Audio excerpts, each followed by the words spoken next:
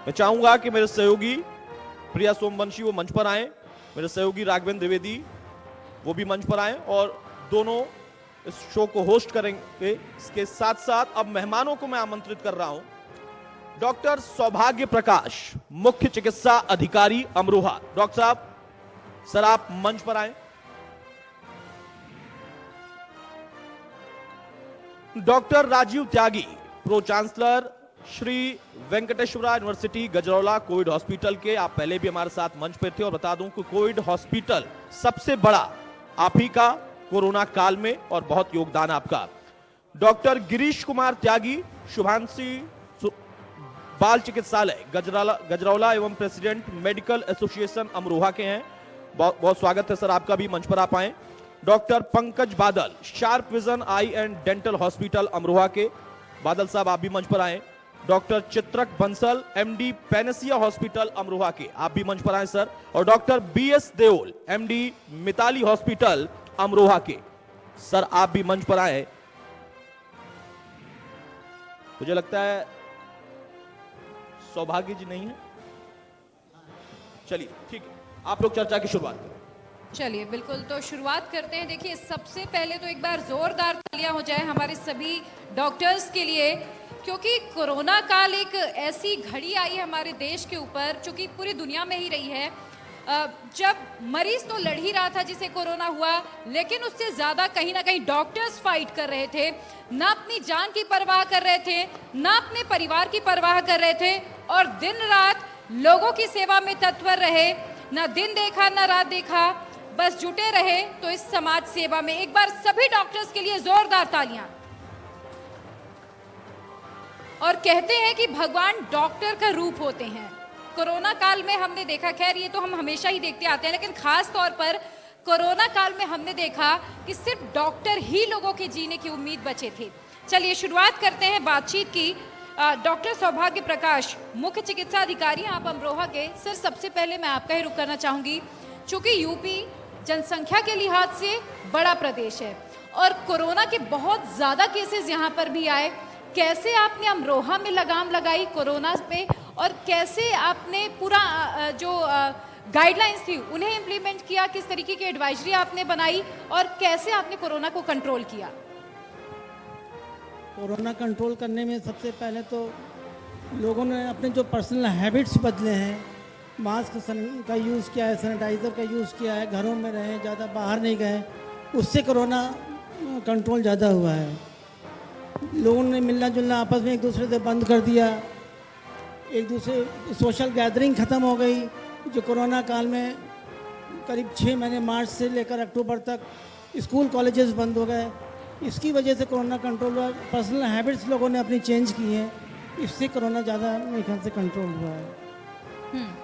अरविंद जी अगला। डॉक्टर गिरीश त्यागी, Indian medical association के आप जिलाध्यक्ष हैं, अमरोहा यूनिट को हेड करते हैं। एक यूनिट के तौर पर, एक संगठन के तौर पर किस तरह मुश्किलात का सामना किया आपने और किस तरह समाज में अपना सहयोग किया? देवेंद्र जी, पहले तो मैं आप इंडिया न्यूज को मेरी तरफ से बधाई कि आप लोग अपना अधिवेशन किया और आईएमए अमरोहा को आप साझा किया सीएमओ साहब के साथ, धन्यवाद।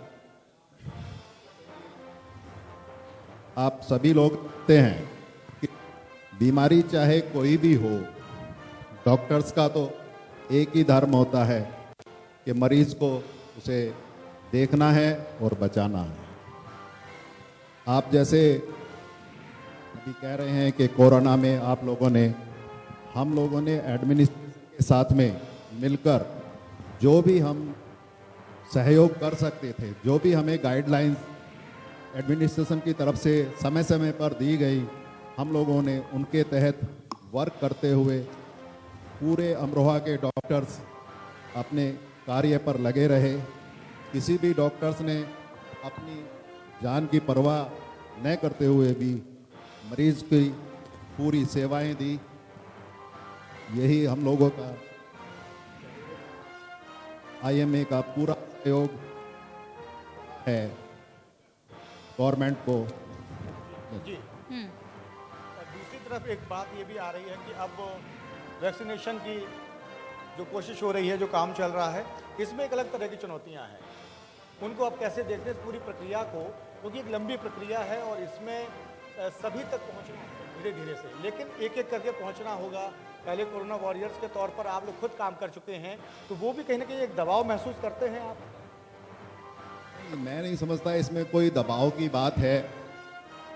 गवर्नमेंट डिसाइड कर रही है कि किस किस तरह से उसको स्टेप वाइज वैक्सीनेशन करना है। केवल वैक्सीनेशन ये नहीं है कि केवल हम लोग कोरोना के लिए ही कर रहे हैं। वैक्सीनेशन तो बीमारियों का पहले से ही होता आया है, तो उसमें कोई ऐसा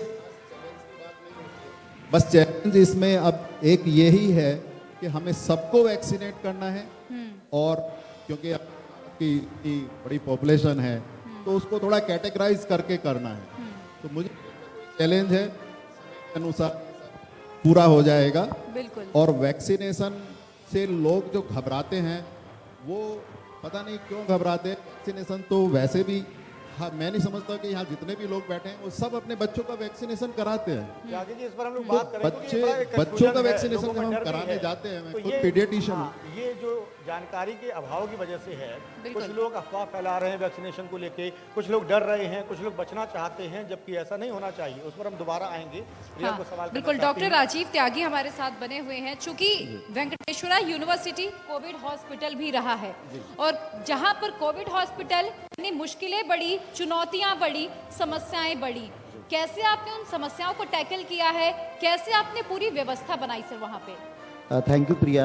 मैं आपको बताना चाहूँगा आपके इस नेशनल न्यूज़ चैनल के माध्यम से कि अगर आप दिल्ली से चलते हैं और जैसे ही आप गाज़ियाबाद क्रॉस करते हैं, वहाँ से मुरादाबाद तक कोई भी मेडिकल कॉलेज नहीं है।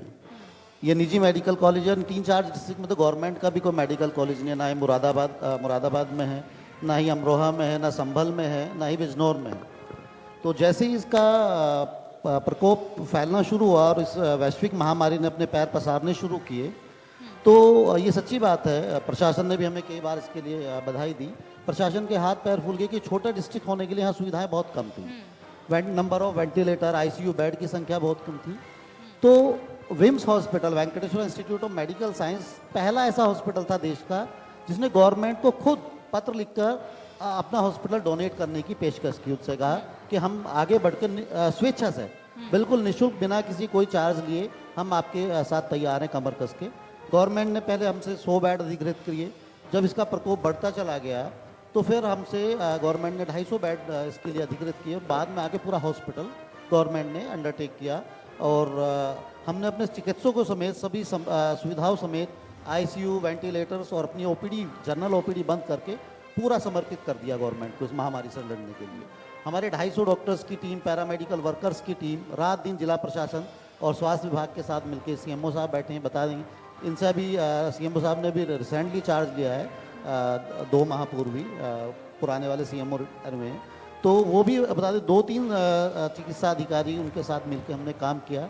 और मैं इस चैनल के माध्यम से ये भी बताना चाहूँगा, ये बात शायद ना चैनल को पता है, ना ही शायद सीएमओ साहब को पता होगी, कि देश का, मैं प्रदेश का नहीं कह रहा हूँ, देश का एकमात्र पहला ऐसा हॉस्पिटल वेंकटेश्वरा है जिसमें 3 साल के बच्चे से लेकर जो वेंटिलेटर पे आया था और 93 इयर्स के ओपी अग्रवाल जी को ठीक करके भेजा। क्या बात? देश का पहला ऐसा हॉस्पिटल जिसमें कोई कैजुअल्टी या कोरोना से कोई इसके सिंगल लिए एक मौत बार नहीं, जोरदार तालियां जरूर बनती हैं, जोरदार कोई तालियां। सिंगल मौत कोरोना से नहीं हुई। हाँ। पहला हॉस्पिटल सर, अब इसमें एक और चीज मैं ऐड ऑन करना चाहूंगी, चूंकि आपने कहा 3 साल से लेकर 93 साल तक के बुजुर्गों का भी इलाज यहाँ पर हुआ है, कोई कैजुअलिटी नहीं हुई है। जी। चुनौतियां क्या आई? चुनौतियाँ देखिए, शुरुआती दौर में कोऑर्डिनेशंस का था कि जिला प्रशासन ने अपने डॉक्टर्स नियुक्त किए थे, स्वास्थ्य विभाग ने, क्योंकि यहाँ जो डिस्ट्रिक्ट हॉस्पिटल है वो बहुत बड़ा नहीं है, तो वहाँ वो भी था, सीएससी भी इसके लिए अधिकृत थी, लेकिन विम्स सबसे बड़ा हॉस्पिटल होने के कारण तो गवर्नमेंट ने उसको अधिकृत किया। हमने स्वेच्छा से फिर ये कहा कि आप अपने डॉक्टर्स के साथ साथ हमारे स्टाफ की भी सेवाएं लें। चुनौतियाँ इतनी थी कि शुरुआत में ऐसा भय का माहौल था, ऐसे डरावना स्थिति थी कि लगता था। साथ के साथ चूंकि ये सिर्फ मेडिकल कॉलेज नहीं, यूनिवर्सिटी भी है, तो दूसरी जो फैकल्टीज़ आपकी चलती हैं यहाँ पर, दूसरे जो नॉन मेडिकल कोर्सेज चलते हैं, अंडर रेजिडेंशियल एरिया में बहुत सारे जो हमारे स्टाफ मेंबर्स रहते थे वो बहुत घबराए हुए थे परिवार पलायन करने के या नौकरी छोड़ने के। सबको विश्वास में लेते हुए हमने अपने टीम्स को तैयार किया और स्वेच्छा से गवर्नमेंट ने कई बार हमसे कहा कि आप बिल बना के दीजिए जो पेशेंट्स के ऊपर खर्चा हो रहा है, और गवर्नमेंट ने एक गाइडलाइन भी जारी की थी कि पर बेड के हिसाब से इतना प्राइवेट हॉस्पिटल चार्ज कर सकते हैं। लेकिन सीएमओ साहब बैठे बता देंगे, पहला प्रदेश का ऐसा हॉस्पिटल है देश का जिसने एक सिंगल रुपी खाने का भी पेशेंट्स का हमने अपने पास से किया क्या है बात उसके है। लिए जो बाकी इसके लिए आपके हॉस्पिटल बधाई की भी पात्र। एक बार फिर से जोरदार तालियां यहाँ पर जरूर बनती हैं। Thank you. यकीनन वाकई बड़ी भूमिका आपने बिल्कुल। निभाई है। हमारे साथ प्रिया दो और खास मेहमान हैं, उनको भी हम चर्चा में शामिल करते हैं। डॉक्टर पंकज बादल जी, आपसे मेरा सवाल ये है, अमरोहा की अगर स्वास्थ्य सेवाओं की बात करें तो इसके पहले समय के साथ साथ कैसे बेहतर हुई हैं और क्या संभावनाएं आप देखते हैं अमरोहा में? धन्यवाद इंडिया न्यूज़। अमरोहा क्योंकि एक छोटा शहर है, डॉक्टरों की कमी पहले से ही रही है और ज़्यादातर डॉक्टर सोलो डॉक्टर हैं जो अपने छोटे हॉस्पिटल चलाते हैं। क्रिटिकल मरीज हमेशा ही अमरोहा से निकल के मुरादाबाद, मेरठ, दिल्ली इस तरह से जाते रहे हैं। जी, कोरोना के टाइम में काफ़ी दबाव था सरकारी सिस्टम पर भी और प्राइवेट सिस्टम पर भी। तो सर ने बताया विम्स यूनिवर्सिटी और मुरादाबाद में तीर्थंकर यूनिवर्सिटी को चार्ज दिया गया कोरोना का। तो जो भी पेशेंट कोरोना पॉजिटिव आता था यहाँ, उसको इन दोनों यूनिवर्सिटियों में शिफ्ट किया जाता था। हम लोगों ने प्रशासन के साथ मिलकर इस चीज़ को कोऑर्डिनेट किया कि कोई भी व्यक्ति ऐसा ना हो जिसकी डेथ यहाँ पे हो जाए। इस चीज़ को बढ़ाया। जो हमारे छोटे हॉस्पिटल्स हैं उन हॉस्पिटल्स में हमने सुविधाएं बढ़ाई, स्टाफ को और रिक्रूट किया, उनके अंदर कॉन्फिडेंस बिल्डअप किया और उसी को लेके हम आज भी आगे बढ़ रहे हैं। इसी सवाल से जुड़ता हुआ दूसरा सवाल डॉक्टर देवल आपसे है। मुरादाबाद नज़दीक है, दिल्ली भी बहुत दूर नहीं है यहाँ से, मेरठ भी बहुत दूर नहीं है। क्या वो स्थिति अब भी है कि जब पहले लोग बीमार होते थे तो बड़े शहरों की तरफ भागते थे? अमरोहा में क्या स्थिति है? क्या अब यकीन करते हैं वो यहाँ की सुविधाओं पर, या अभी भी उनका रुख बड़े शहरों की तरफ होता है? मेरे ख्याल से बहुत ज़्यादा बदलाव इसमें नहीं आया है। हाँ, सुधार समय के साथ जरूर हो रहा है। अभी भी इतना अच्छा कोई हॉस्पिटल अमरोहा में नहीं है जो टर्सरी केयर जिसको हम लोग कहते हैं, अभी अमरोहा में नहीं है। हाँ, यहाँ से मरीजों का बाहर जाना थोड़ा कम हुआ है। हम लोग भी इवन कोरोना काल में मैंने खुद कोई छुट्टी नहीं ली, पूरा कोरोना काल मैंने किया है। तो काफ़ी क्रिटिकल केस हम लोगों ने अटेंड किए हैं, लेकिन अभी भी स्थिति बहुत ज़्यादा नहीं बदली। हाँ, पहले के मुकाबले काफ़ी सुधार हो रहा है। बिल्कुल, और इसीलिए कहते हैं 2 गज दूरी, मास्क जरूरी अब भी है तब भी था, और यही सबको ध्यान रखना है। चूंकि अब बजट की मैं बात करूं तो स्वास्थ्य बजट में हेल्थ केयर के लिए 137% की बढ़ोतरी की गई है। और डॉक्टर सौभाग्य, मैं आपसे ये समझना चाहूंगी कि कोरोना महामारी के बाद आप स्वास्थ्य सेवाओं में किस तरीके के बदलाव देखते हैं, या फिर आप कैसा बदलाव आगे आने वाले दिनों में देखना चाहेंगे? सबसे पहले तो स्वास्थ्य सेवाओं में जो बेसिक फैसिलिटीज़ अवेलेबल होनी चाहिए थी हर हॉस्पिटल्स में, मिनिमम इन्वेस्टिगेशन की फैसिलिटी, जैसे कोरोना के केसेस में RT-PCR और एंटीजन जो टेस्ट होते हैं वो हमारे केवल गवर्नमेंट हॉस्पिटल्स में ही अवेलेबल थे। अमरोहा में ये सुविधा नहीं थी। RT-PCR के लिए हम सैंपल्स नोएडा भेजते थे, एंटीजन टेस्ट यहीं हो जाते थे। लेकिन अभी कुछ लैब्स को ये सुविधा प्रदान कर दी गई है। पैथकाइंड लैब में अब RT-PCR टेस्ट होने लगे हैं, और आपके वेंकटेश में भी ये सुविधा मिल गई है। और इस जहाँ तक टर्शरी केयर का सवाल है, अभी यहाँ पे इतने मेडिकल कॉलेज या इतने अच्छे अस्पताल नहीं है। अमरोहा छोटा शहर है, लेकिन सेकेंडरी स्टेज पे हमारे यहाँ अमरोहा में अच्छी सुविधाएं उपलब्ध हैं, खासकर प्राइवेट में है। और हमारे गवर्नमेंट हॉस्पिटल में भी ये डायलिसिस, डिजिटल एक्सरे और इन्वेस्टिगेशन का भी, CT स्कैन की सुविधा नहीं है, लेकिन बाकी हमारे गवर्नमेंट हॉस्पिटल्स भी वेल इक्विप्ड हैं। अगर ये बजट बढ़ता है तो मैं सरकार से ये अपेक्षा करूंगा कि और सुविधाएं बढ़ाएं, खासकर गवर्नमेंट हॉस्पिटल्स में।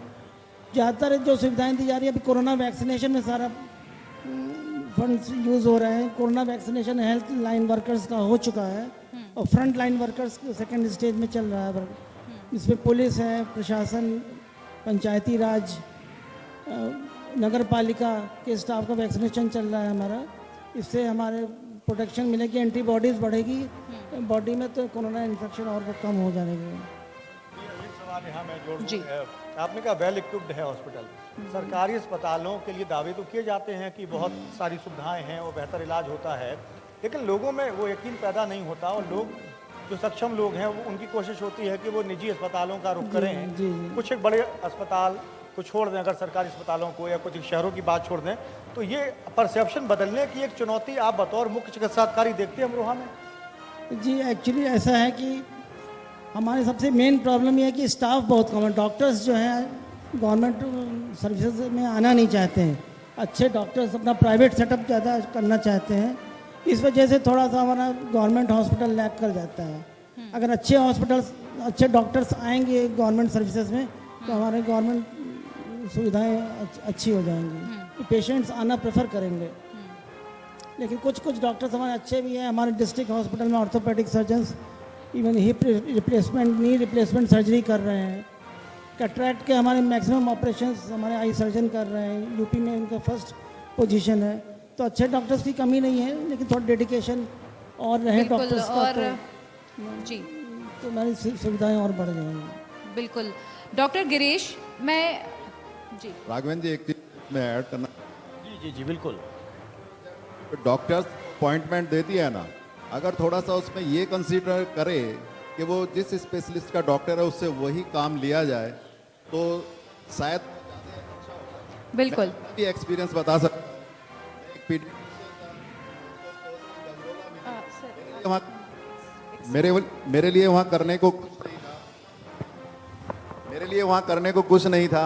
मैंने 1-2 साल वहाँ बिताए, फिर मैंने डिसीजन लिया कि अपना या तो प्राइवेट हॉस्पिटल ही खोला जाए, क्योंकि जो मैं करना चाहता हूँ वो मैं यहाँ कर नहीं सकता।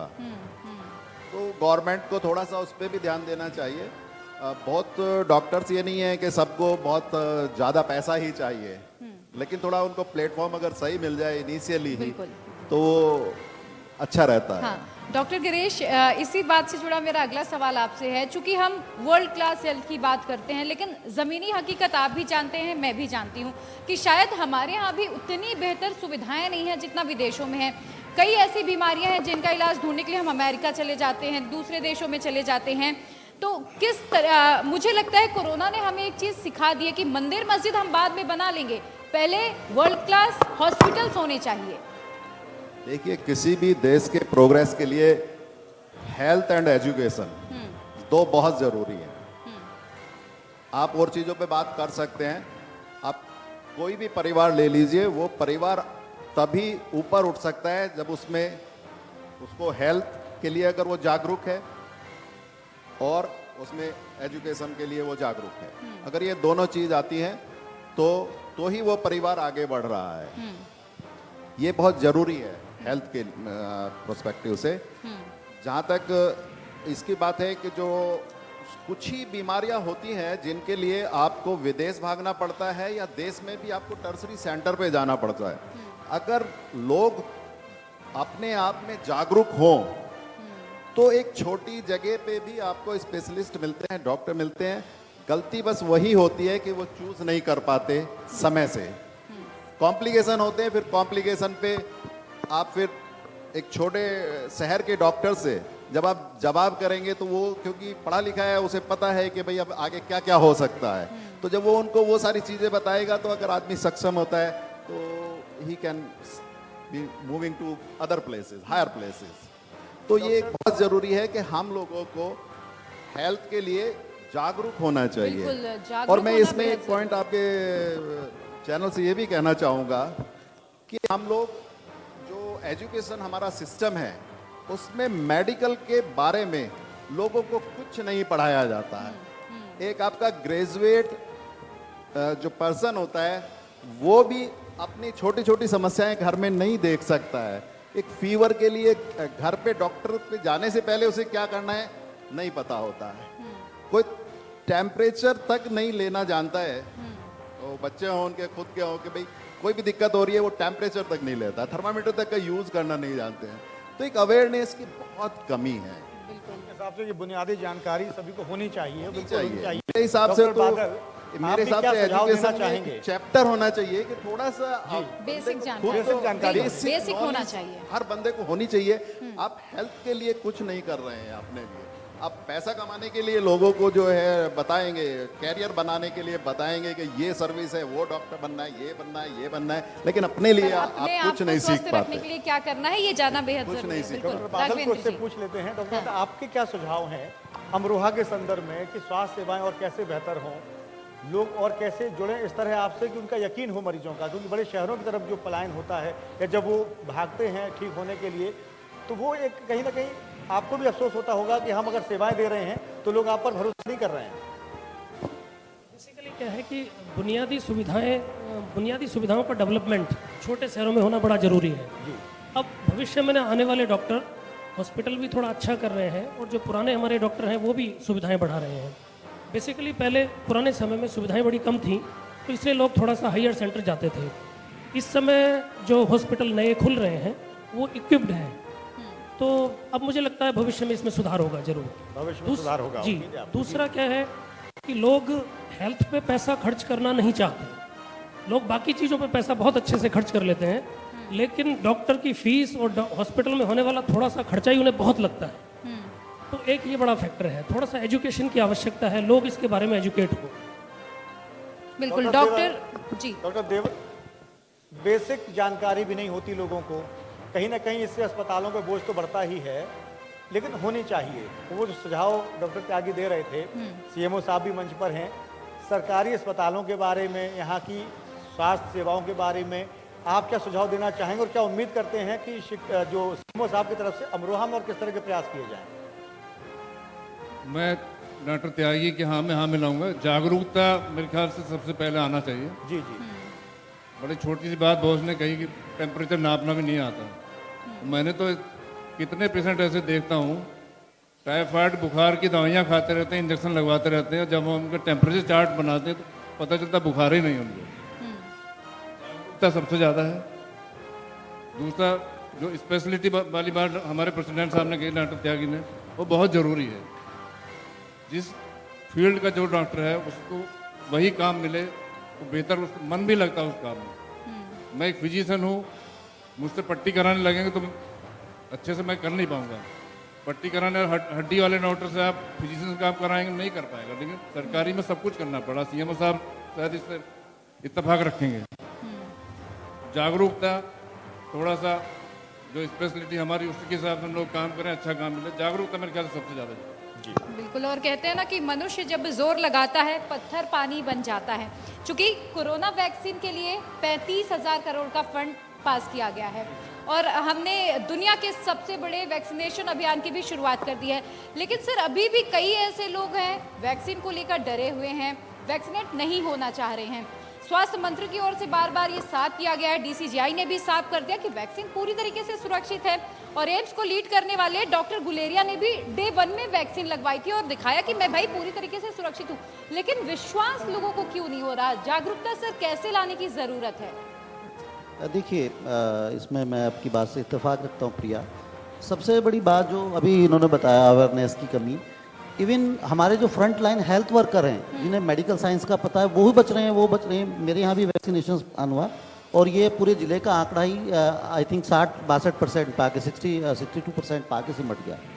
कुछ तो रीजंस हो सकते हैं, कुछ फीमेल्स की अपनी प्रॉब्लम्स हो सकती हैं, मेंस्ट्रुअल साइकिल से संबंधित प्रॉब्लम्स हो सकती हैं, कुछ और प्रेग्नेंट की हो सकती है, कुछ ऐसे जो बहुत ज़्यादा मल्टीपल डिजीज़ से सफ़र कर रहे हैं जो लोग, लेकिन उनका परसेंटेज इतना नहीं है कि वो 100 में से 60% ही लगवा पाएँ।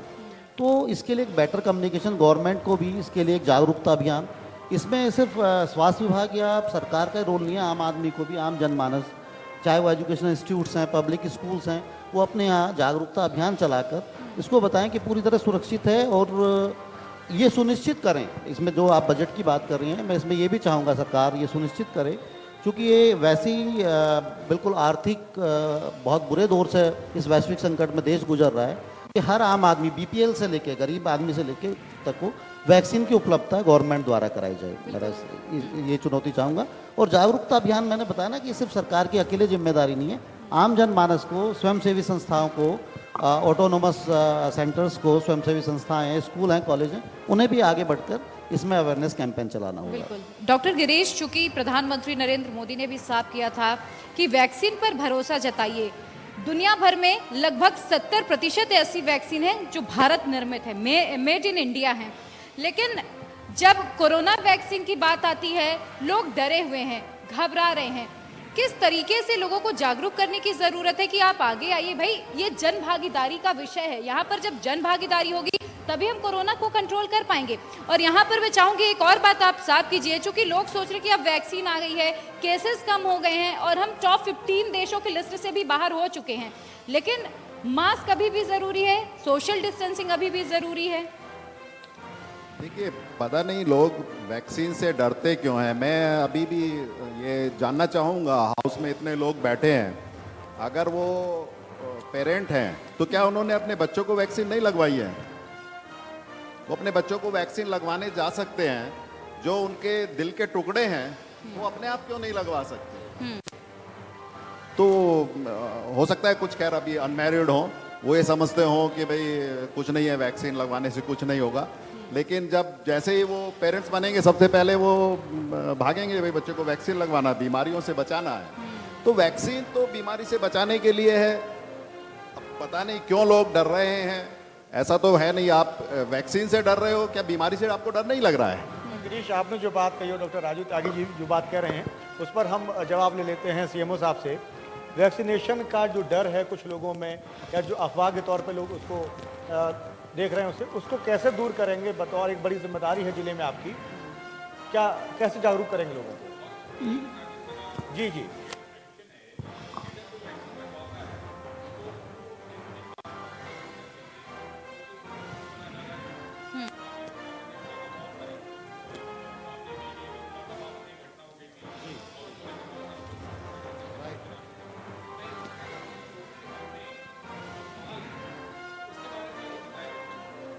कोविड वैक्सीनेशन से 99% लोगों को माइनर सिम्टम्स हो सकते हैं, बुखार आ सकता है, दर्द हो सकता है, लेकिन वो 1-2 दिन के अंदर ठीक हो जाता है। पैरासीटामोल की एक गोली ले लें। मैंने स्वयं भी वैक्सीन लगवाई है, तो मुझे भी हल्का सा फीवर एक दिन हल्का सा आया 99, उसके बाद ठीक हो गया दवा लेने से। तो ज़्यादातर लोगों में माइनर सिम्टम्स होते हैं, बहुत सीवियर नहीं होते हैं। अभी कम से कम हमारे यहाँ करीब 8000 लोगों को वैक्सीन लग चुकी है, कोई डेथ रिपोर्टेड नहीं है, कोई सीरियस साइड इफेक्ट रिपोर्टेड नहीं है। लोगों के मन में एक भ्रांति है, एक डर का भाव है कि हमें कहीं वैक्सीन लगाने से हमको बुखार आ जाएगा या दर्द हो जाएगा या कोई उल्टी होने लगेगी। ऐसा कुछ नहीं है, ऐसा होता नहीं है। इवन डीएम, एसपी साहब सबने, जितने रेवेन्यू स्टाफ सबने लगवाई, किसी को ऐसा कुछ नहीं हुआ है। लेकिन लोगों में अभी भी हिच है अंदर, हम सामने आके आगे बढ़ के नहीं लगवा रहे हैं। 65% लोगों ने वैक्सीनेशन अभी तक करवाया हमारे यहाँ। उसके लिए है कि जागरूक हों सब लोग, कम्युनिकेट करें कि इससे ऐसा कोई नहीं, कुछ प्रॉब्लम नहीं होती वैक्सीन से, और ये सेहत के लिए फ़ायदेमंद है। और सेकेंड डोज के बाद एंटीबॉडीज़ डेवलप हो जाती हैं कोरोना वैक्सीन, कोरोना के खिलाफ। और मैं यहाँ पर एक और जानकारी लोगों को देना चाहूँगी, मेरे ख्याल से आप सब लोग जानते ही होंगे, लेकिन मैं फिर भी बताना चाहूँगी। भारत देश वैक्सीनेशन अभियान सबसे तेजी से चलाने वाला पहला देश बन चुका है। सबसे ज्यादा हमारे यहाँ ही लोग वैक्सीनेट हो चुके हैं। ब्रिटेन और अमेरिका जैसे देशों को भी हमने पीछे छोड़ दिया है।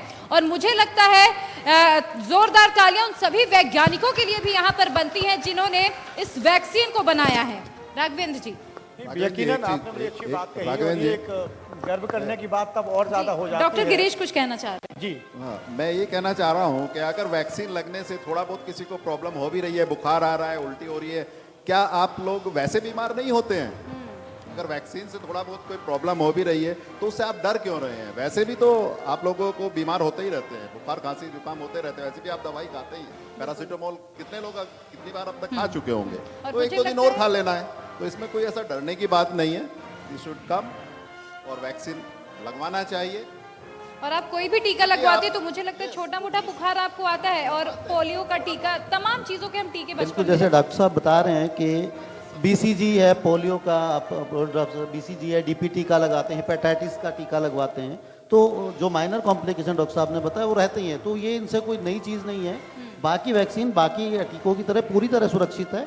तो सभी से इस मंच के माध्यम से, चैनल के माध्यम से मैं भी गुजारिश करूंगा कि अपनी बारी आने पे सभी टीका जरूर लगवाएं जो। Thank you. समय की अपनी बाध्यता है और हम अब ओवर टू मैं यू। एक थोड़ा सा एडिशन कर दूं। छोटा छोटा एक रिएक्शन मुझे लगता बहुत है छोटा सा लेना एडिशन चाहिए। है। जी जी प्लीज ये हमारे देश का बड़ा सौभाग्य है कि भारत बायोटेक सीरम इंस्टीट्यूट हमारे देश में है, बिल्कुल। जो इतने सालों से इतनी अच्छी वैक्सीन बना रहे हैं सब बीमारियों की। आप आंख मूंद के उन पर भरोसा कर सकते हैं। सस्ती वैक्सीन है, वर्ल्ड क्लास वैक्सीन है, हमारे देश में बने। हम लोगों को गर्व होना चाहिए इन चीजों को। दुख की बात है कि हर जगह राजनीति आ जाती है। राजनीति का चक्कर जो आप बता रहे हैं, ये खाली राजनीति है। कि मुराद आदमी हो गया, वो तो हार्ट अटैक की वजह से हुआ था। मेरे ख्याल से हमारे जो 2 इंस्टीट्यूट है, भारत और सीरम, इन पर आप पूरा बिल्कुल, भरोसा राजनीति नहीं होना चाहिए, भरोसा होना चाहिए अपने वैज्ञानिकों का। डॉक्टर सौभाग्य, जल्दी से एक लाइन में। 2 तरह की वैक्सीन हमारे यहाँ अवेलेबल है। कोविशील्ड है जो एस्ट्राजेनेका कंपनी की है, सीरम इंस्टीट्यूट पुणे में बनी है। दूसरी कोवैक्सीन है जो भारत बायोटेक की है।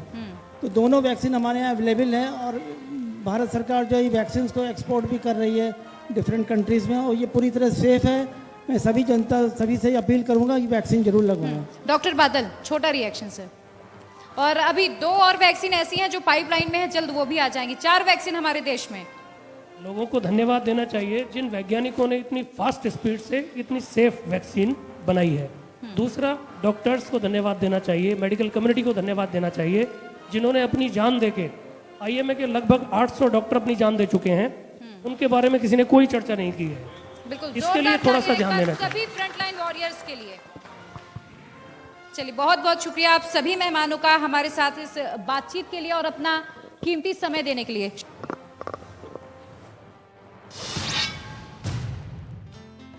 Powered by UP Government. Associate sponsor Shri Venkateshwara University. Partners Nagpal International School, Millennium World School और Indian Medical Association अमरोहा। और संदेश के तौर पर स्थापित कर रहा है। मैं चाहूंगा हमारे संपादक अरविंद चतुर्वेदी आप मंच पर आ जाए और सभी लोगों का मोमेंटो के साथ सम्मान किया जाए।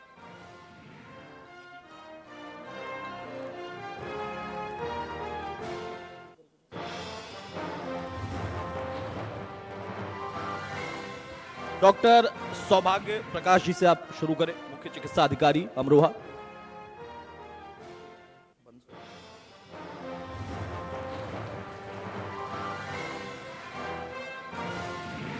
Doctor Rajiv Tyagi, pro chancellor Venkateshwara university, आपका भी सम्मान किया जाए।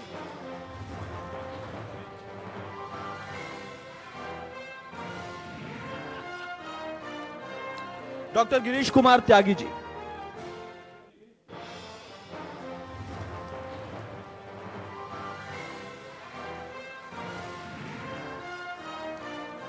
Doctor Pankaj Badal, sharp vision eye and dental hospital Amroha से, और doctor BS Deol MD Mitali hospital Amroha. हाँ हाँ, सबसे पहले